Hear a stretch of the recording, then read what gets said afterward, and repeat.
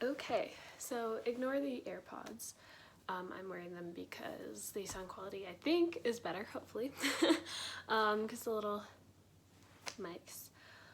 Okay, so I just want to kind of document my whole journey with having to get hip surgery, and if I'm able to come back to dancing and just my whole experience with that. So this first video is just kind of explain what happened and the surgery and just that kind of whole experience, beginning of physical therapy, all that.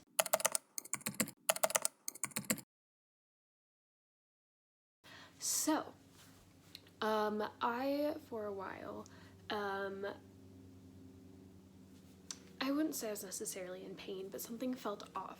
But I just kind of ignored it. I was just like, oh, it's fine, I'm just sore. I would roll it out, I would stretch, I would do all these things. And it never really went away. But I was like, that's fine, right? We're just trying to just keep going, right? Push through the pain, whatever. So I just kept going, didn't do anything about it. And after a while, I started going, okay, this is starting to get a little bit more, and it's also not going away no matter what I do. And so dancing at my college, we have like a free PT. And so I just went to the PT at the college, and I was just like, oh, I feel this weird pain in my hip. It's like very, very internal feeling. I wouldn't even necessarily say it's pain. It's just like a strange sensation, maybe a little bit of a catching feeling. I don't know. And I just kind of explained it, and she did a few things, and she was like, so you may have what's called impingement, and I think you need to go to the doctor because this might require surgery. I was like, say what? Huh? Surgery? What? That's not on my plan. What? No, I'm not doing that. So I finally decided to go to the doctors. So this was in like May of 2022. And I went to the doctor, and I got all the x-rays and everything, and he comes in and he says, well, you don't have impingement, your bones look fine, but what I think you might have is actually labral tears. So kind of to explain, with impingement, I'm not super familiar with what that is exactly. I know it's like something misshapen with the bones, but labral tears, so the labrum, essentially, you have the femoral head and then you have like the hip socket, right? Not like the pelvic bone, right? And there's like a cartilage type thing. It's not really a cartilage, but it's a cartilage type thing that goes and kind of like makes it so that, you know, you don't have like bone on bone happening. So that was torn. Yeah. And the weird thing about labral tears is like sometimes you don't feel it at all, sometimes it's really painful, and I think that that's why I didn't notice for so long, because sometimes I didn't feel it at all, and sometimes I was like, oh, this is kind of uncomfortable. Some people never feel it the entire time, and they discover it by other means, not by, oh, I'm in pain. And so it was just like very, very shocking, like I have this actual serious injury. And they're like, this potentially could lead to arthritis in your hip, which then could lead to a total hip replacement, and you really don't want that. It's better to do an arthroscopic surgery to fix the tear than to then have to do an open surgery. So arthroscopic is basically, you know, they do like little incisions and they put the little, I don't know, like robot guys in there, and they do the thing without having to like open up your entire body. So they're like, this is a lot better to do this. And so this is something we maybe kind of want to move forward with. So this orthopedic doctor that I was seeing that told me this, then he recommended some surgeons that I go see. So I went and saw one of those surgeons, and we started moving things along with the surgery, and it ended up getting scheduled for August. But then, of course, you know, insurance is weird and things happened, and it actually really wasn't the insurance's fault. It was actually someone in the office of the surgeon that didn't do what they're supposed to do with communicating with the insurance. And so yeah, so that was really frustrating. It was really hard. We had to push it back. My mom had already had like her flights to come out and stay with me. Like, it was just this whole mess. It was literally, the surgery was scheduled for Wednesday, and this all went down the Friday before while I was at work. It was not good. So that all happened, and then we ended up finding a different surgeon. Nothing was wrong with this surgeon himself. We just, I don't know, it just didn't quite feel right, and so we went with a different surgeon and met with them, and we were like, we need to get the surgery as soon as possible because my mom only at this point had a short time frame is when she'd actually be able to come, and so basically I met with this new surgeon and we had surgery scheduled for a month later, which was a miracle. And so surgery was set for November. At this point it was really a struggle because, you know, once I found out in May that I was going to need to get surgery, I kind of stopped dancing and even working out as much. I felt like my body just needed a break in general, my whole body in general from ballet. But also at that point it was getting to be a lot more painful, even just like walking, and so working out was like not good. And so I hadn't really done much for a while, and at this point I was like, it's gonna be a lot harder to come back. Am I gonna be able to come back? What's gonna happen? The original surgeon had told me, like, you will never dance again, like never, ever, ever, ever, very never. The surgeon I was actually going with has done this surgery on a lot of dancers, and he said, I've had some dancers that never dance again, and I've had some that go back to an even higher level of dancing. So he said, I'm not going to tell you no, and I'm not going to tell you yes. I'm going to tell you we will see. But a maybe is better than an absolute no. So that was comforting. But at that point I kind of felt like, I don't know that I necessarily want to go back to dancing in the college or more professional setting. I was just starting to hate everything about ballet and everything about myself and my body, and I was just kind of felt freeing. Even though it was sad, it kind of felt freeing thinking I wasn't going to be able to dance again. And so I decided, you know what, I might just dance for myself from now on and kind of change my life plan. So at this point, I'm honestly more so looking forward to trying to come back instead of having to play catch up and extending my major for more years, and now it can just be what I make it. And that's partially why I want to document this, because if I get to have it when I make it, I want it to be something that is very open and shared with everyone. And so yeah, so I'm now going to go to a couple videos that I took day of the surgery. At this point my mom had been out for a little bit. I was definitely very nervous. The only other like surgery I've ever had was just like wisdom teeth removal, which is not exactly surgery, but somewhat. It wasn't a great experience. I didn't react well to the pain meds or the anesthesia, and not that it was exactly anesthesia, but you know, I didn't really react well to the whole wisdom teeth surgery situation, so I was nervous, but you know, so go to it. Okay, so I look a little crazy because it's like 6 a.m. My surgery training time is like 6:15. Well, it's actually 5:45. And the dog is getting his water back there, so my hair looks crazy because we're gonna braid my hair because it's gonna be laying around for a while. Yeah, this is actually happening. This is kind of crazy. Okay, so this is the look, giant shirt.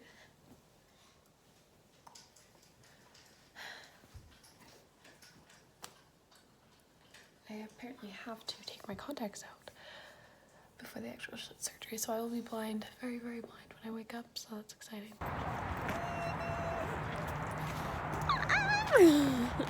We're a little late. You should film your feet for a second, because they won't be doing that anymore. Wow. Sweet. So yes, so I went in for surgery. Luckily, they did not make me take out my contacts, which was amazing. I really did not want to do that.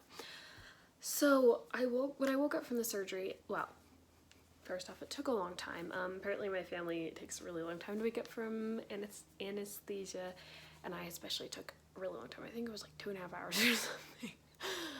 When I finally woke up, I like couldn't really move, but I was in a lot of pain and I couldn't talk and wasn't really there, so I started having a panic attack, and it was just great. It was a great experience. I loved it so much.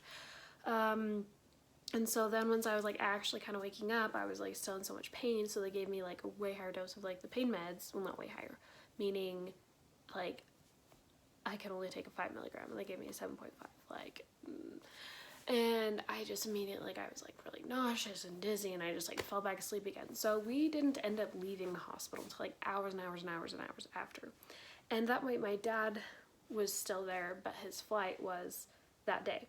And so he was just taking a train to the airport, but because he saw my little brother and, you know, little kids make things like take longer, he ended up missing the train, which then meant that he was going to miss the flight. I almost said he was going to miss the airport. He was going to miss the flight if he waited for the next train. So then we had to rush back to the house and get my dad and drive him to the airport. I didn't get to go inside at any point. And drive him all the way up to where the airport is. And at this point, the surgery was at 6:15 or something like that, something around 6, and it was now like 4 o'clock, and I still had not been home. And so having to sit in a car for a while, like right after surgery, it was just not great. And so then we got back to the house, and I was trying to get out, and I could not lift my surgery leg, my left leg. I could not lift it up enough to be able to like use the crutches. Like I could not lift it off the ground. I could not lift it. And so we were like, oh my gosh, like what do we do? So my mom had to run over and find a neighbor to help us, and they stuck me in my brother's stroller and just pushed me to the door, but then we had to like lift up the steps. So then they had to like carry me into the house. So we have, I was not fully, yeah, but I took a couple of videos. They're not great videos, but you can see them trying to like be like, hey, what do we do? So anyway, here's that video. We're in the little stroller. Hi. Okay. So here we can either Pick up the lift stroller? or we can just get an armpit and a leg and just both of us carry Yeah. on each side. So from this point, I only took a week off from work, which was wild. I took a week off from work, and I just spent that week laying around and watching TV. And the first few days, I still really could not lift my foot off the ground. Like my mom, anytime I had to get up and do something, my mom literally had to come over and lift my leg for me. Once it was lifted, I could hold it up a little off the ground to use the crutches, but it was really difficult. And it was the strangest thing, because I would sit there, like, you know, like sit with my legs out in front of me, and, you know, like this leg, right, like you can't really see, but, you know, I'm just like lifting it. The other leg, like I would try so hard and I couldn't do it. Now I can't lift it as high. It's still harder, but like I could not move it. It was the strangest sensation. Like it was so strange. And the first few days we just pulled a mattress downstairs and I just slept in the living room. After a few days I ended up being able to do stairs, which was scary, but I did it. And then after a week I went back to work, which was crazy. Luckily the week back, like the week I was back after work, was Thanksgiving week, so I only had to work Tuesday and Wednesday, and then had the whole rest of that weekend off for Thanksgiving, which was good. But after that I was back full time, and that was a little bit crazy. So at that point, like, you know, I'd go to work, but I'd still get home pretty tired. Just my body was obviously still healing. And then, you know, we had a few fun little adventures where I got to do some fun things. So I'll show a video of when I went to the store and got to ride in a little, you know, like, it was kind of scary. They're not easy to drive. They're like either like snail speed or like cheetah speed. There's like no in between. It's crazy. So there's that video, and then I'll also show some videos and a few pictures and things. We went to this light festival the Friday after Thanksgiving, and they pushed me around in a wheelchair, so that was kind of fun, except for the part when my brother wanted to sit on my lap, and then my leg was on my mom's water bottle and opened it, and then there was water all over the seat, and it was freezing, and I was, yeah, it was just, that part was not as fun, but it was still a fun experience. Just kind of new different things, right? I've never been like that much of a cripple before. Like I've never gone through something like this. Obviously I've had like sprained or twisted or hurt feet and ankles, and we're on crutches for a little bit, but it was never anything like this. It's like has such an effect on the entire body. Found myself. I'm covering the speaker. Yay! Oh. It's so jerky. This is a whole like journey. Yeah. Okay. Are we ready? Let's go this way. Okay. Yay! Pause. Okay. Okay. Here, do you want me? Yeah. Okay. Here, go. Okay, let's go. Which way are we going? Journey. Oh my gosh, look. No, they're just like. Okay. Journeys of Kayla in her chair. Which way are we going? Let's go right, I guess. Okay. Christmas crunch. Do you need candy for any reason? No. But do we want candy? Maybe. I feel like this is just such a drag. It's so slow. But it's fun. Look at little Kayla speeding on her thing. Sounds so jerkly. I'm like, wait, look, do you want any Lindor? Like, chocolate? They don't have the. Oh, they do. I don't need it though. Okay, don't keep need it. going. Alright. Okay, you can probably stop filming now. Okay, sounds good. Bye. Mom, did you just like. I was trying to take a picture and drive you with one hand, and it didn't work.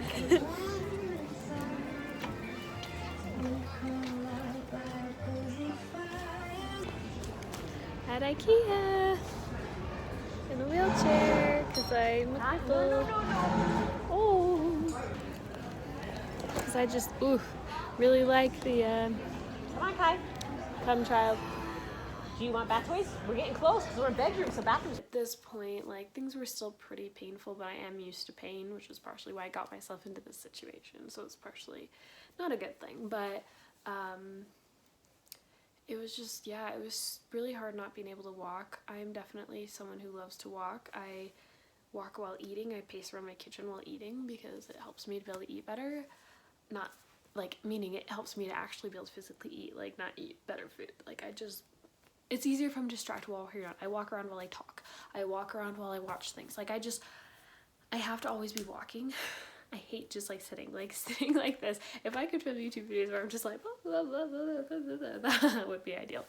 And so that was like really tough. It was also really hard for me to have to literally get help from everyone. Like at work, I could not even go to the bathroom by myself because I couldn't open the big doors to go to the bathroom. Like it was just, and it's so hard for me to like have to ask for help constantly, and I'm still not good at it. I thought, oh, maybe I'll finally get good at it from this whole situation. No, it just made me hate it more, of course, but it's fine.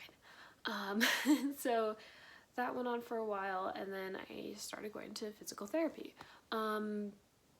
So that was kind of a whole predicament because with the holiday and stuff, it's really hard to get in. So I didn't start PT until a little while after I technically should have. But, you know, pretty much from day one, I started improving really quickly, which is good. They start out like, we were literally just like flexing your thigh and flexing your booty and like just like trying to get the muscles to know how to like work again. And it was strange how like, wow, this is hard. I don't know why my camera sucks all of a sudden. I look like I'm living in a cloud. See how bad it is? I don't know what's wrong with it. No, I don't know. Anyway, first PT, like almost 3 weeks after surgery. That's lovely. Lovely. Okay, I look like a completely different person than the video from before. No, I literally do, because before I looked really strange. And my hair is really strange. Anyway, now it looks better. Say hi. Say hi. Oh, you're filming me? Yes. Hi. Hi, can you say hi? Hi. I'm watching a movie called Milo. Look.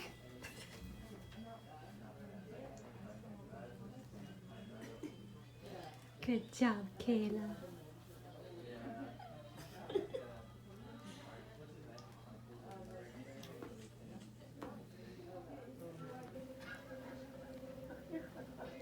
But Bob didn't have an A on his chest when he was young. When he was a teenager, the enemy called him Bobby. I really need to hear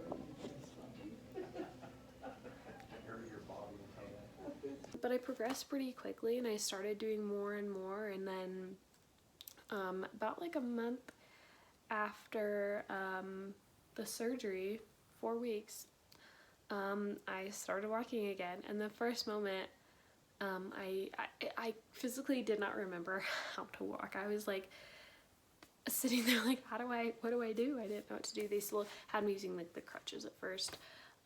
So I think I have a couple of videos from the beginning of PT, maybe not, but you'll see that, and then also the videos of me walking for the first time again. Okay, go ahead.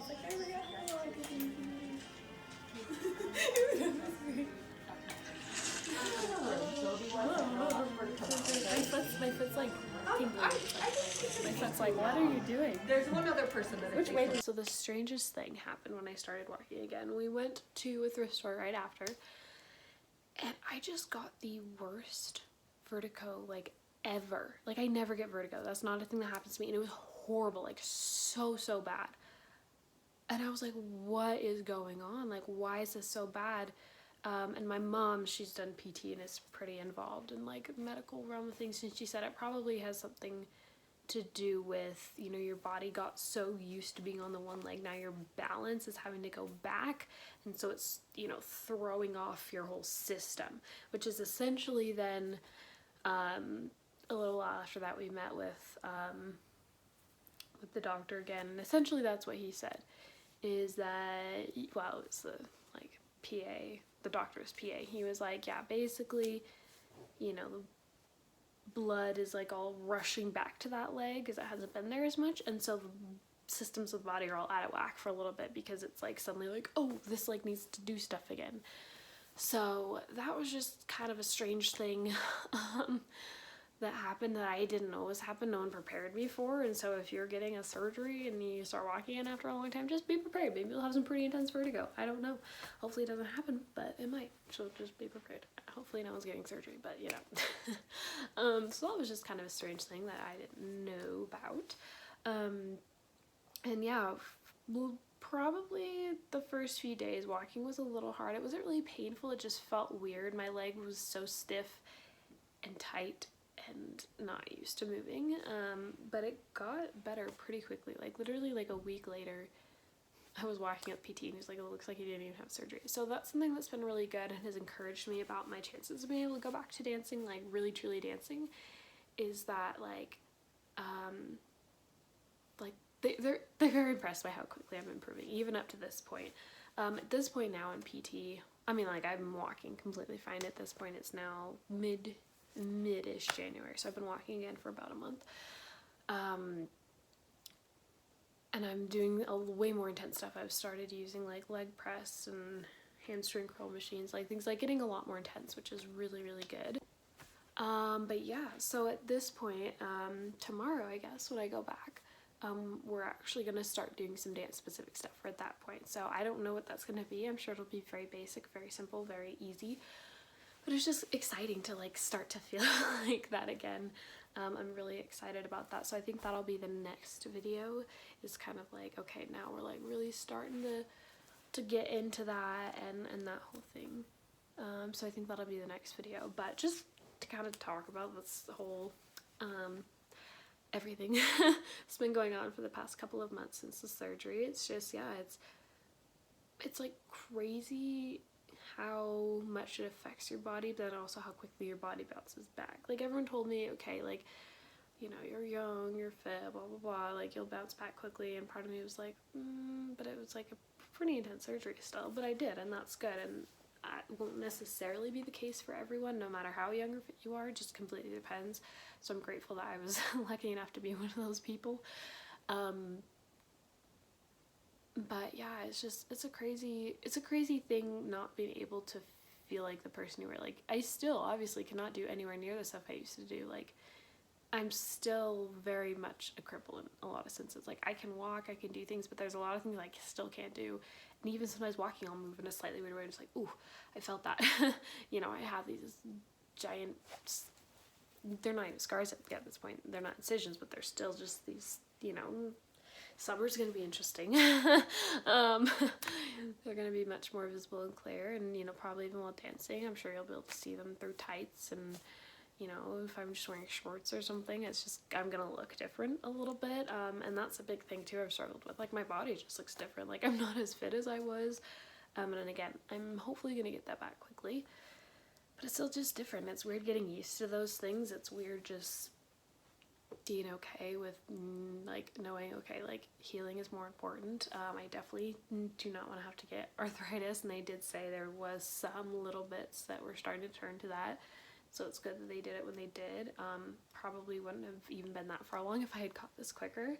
So that's just another lesson, like, don't, your body knows when you're not okay, and I ignored it for a while, and a lot of dancers do that, and I don't know about other sports or physical activities, but I would assume it happens a lot there as well. And so listen to that. Like, I know in the culture, especially in ballet, it's hard to advocate for ourselves and to speak up and say when we're hurting, and that definitely needs to change, because when things like this happen where it gets something much more serious, and so I don't know, maybe that's kind of what I'm gonna be doing next with my life, my experiences, is just really helping to change that culture and advocate for that. I know there's a lot of dancers and a lot of, you know, influencers who are also dancers who are starting to do that now, and I think it would be really cool to be able to add my voice to that, because a lot of things definitely do need to change. I love ballet, I do love the traditionalness of it and the oldness of it, but the unhealthy traditions and oldness of it don't need to stay, especially when they lead to people at 21 developing arthritis in their hip.